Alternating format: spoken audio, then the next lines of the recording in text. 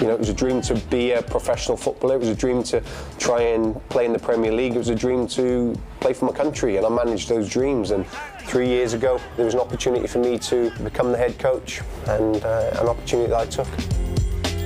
Yn dilyn cyfnodau fel chwaraewr gyda Toronto a New York Red Bulls, mae Carl Robinson bellach ar fi'n dechrau ei bedwerydd tymor wrth y lliw gyda Vancouver Whitecaps. A fel rhan o baratoadau ar gyfer y tymor sydd I ddod, oedd wedi paratoi pre-season ychydig yn wahanol i'r arfer i'w dîm ym Mharc y Ddraig yng Nghas Newydd. We had to fast-track pre-season. We've got a Champions League quarter-final game against New York Red Bulls in the middle of February, and so we needed to get the boys up to speed sooner rather than later. Coming to Wales would be something different. It would be a fresh environment, a fresh challenge, and we'd play intense games. In all departments, it's turned out very successful. Roedd y Whitecaps yma yng Nghymru yn bron I bythefnos gyda gemau wedi trefnu'n erbyn tîmau o Gaerdydd, Bristol City a Rhydychen, ac oedd Carl yn falch o'r cyfle I ddefnyddio adnoddau cyfarwydd. We've been very lucky to use Dragon Park, and obviously the Welsh Rugby Union have allowed us to use their gym. Helped by committee, I call it. You know, we've been looked after very well by a number of parties, and I've just tried to keep the players' minds fresh. Fel rheolwr, mae Carl yn gydwybodol tu hwnt. Mae o'n fodlon gwneud y gwaith calad yna, y gwaith cartra, sydd wrth gwrs yn ei alluogi o I fod yn llwyddo. Ei glwb o ydi o yn Vancouver, fo sydd yn arwain, pan mae rhywun yn gweld y chwaraewyr, y staff ac yn y blaen yn cydweithio. Yna mae hynny'n dipyn o glod I Carl am y ffordd mae wedi mynd o'i chwmpas I. I started thinking about coaching when I was 23, 24 years of age. I'd left Wolves after 8 years and I joined Portsmouth. Harry Redknapp was a manager, colourful character. I decided then to start taking notes of everything, and from that moment onwards my black book collection could come alive, and 6, 7 years later, before I made the move to North America, I think I've got about 15 or 16 black books. So the plan was always to be a coach at 24. At 29, when I moved, I obviously was very lucky to get involved with Osham Roberts and the Welsh football coach education course. Started my licenses and completed my pro license when I was still at New York Red Bulls. I was ready. I just didn't know when the chance would come and when I wanted to take the chance. Wel, mae Carl yn debyg iawn fel y fforddwr I be oedd o fel chwaraewr.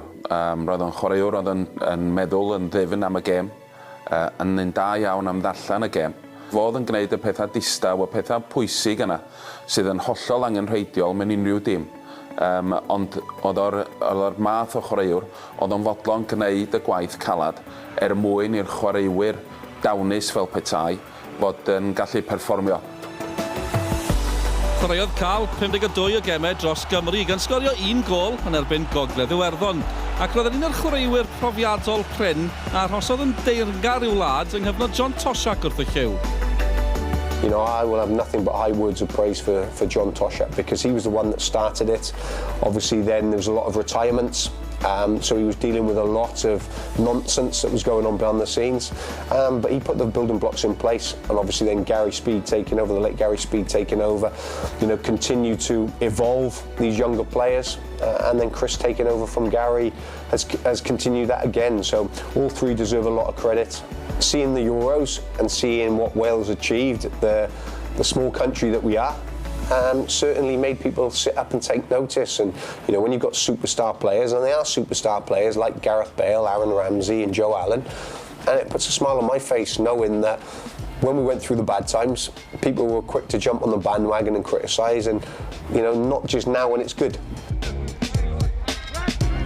Does dim amheuaeth bod y gŵr o'r canolbarth yn falch iawn o'i wreiddiau ac yn leis genad brwd wrth iddo wneud I farc yng Ngogledd America, ond tybed, os na un llygad yn edrych nôl tuag at adre ar ddechrau tymor arall yn yr MLS. Fydd hi'n ddiddorol be fydd cam nesaf Carl ar ôl Vancouver. Dwi'n siŵr y bydd ganddo fo un lygad yn y dyfodol ar y brif swydd yng Nghymru, sef rheolwr Cymru, ac dwi'n siŵr y bydd amser yn dod lle bydd y Carl yn cael y fraint yna, oherwydd I waith o, oherwydd pa mor gydwybodol ydi o. Mae o'n mynd I fod yn ofalus eithriadol o sut mae o'n datblygu yrfa a sut mae o'n cymryd cam wrth gam I fod yn llwyddiannus fel rheolwr. think everyone has an ultimate goal. I'm no different, and if I didn't have aspirations and dreams of trying to manage in the Premier League or manage my country, then my first 40 years of my life, I would be changing. I'm very lucky to work for a fantastic football club, and when they care and want to do well and rowing in the same direction as you, then things are always going to work. Where is Robbo anyway? There he is, hiding. Cyn iddo hedfan yn ôl i Vancouver, roedd gan Osian Roberts un orchwyl arbennig i'w cyflawni, sef cyflwyno'r cap air iddo am chwarae dros hanner cant o gemau i'w wlad. Yeah, caught me totally unawares. made me smile. I knew something was up when a meeting was called and I asked what the meeting was about, because usually I call the meetings.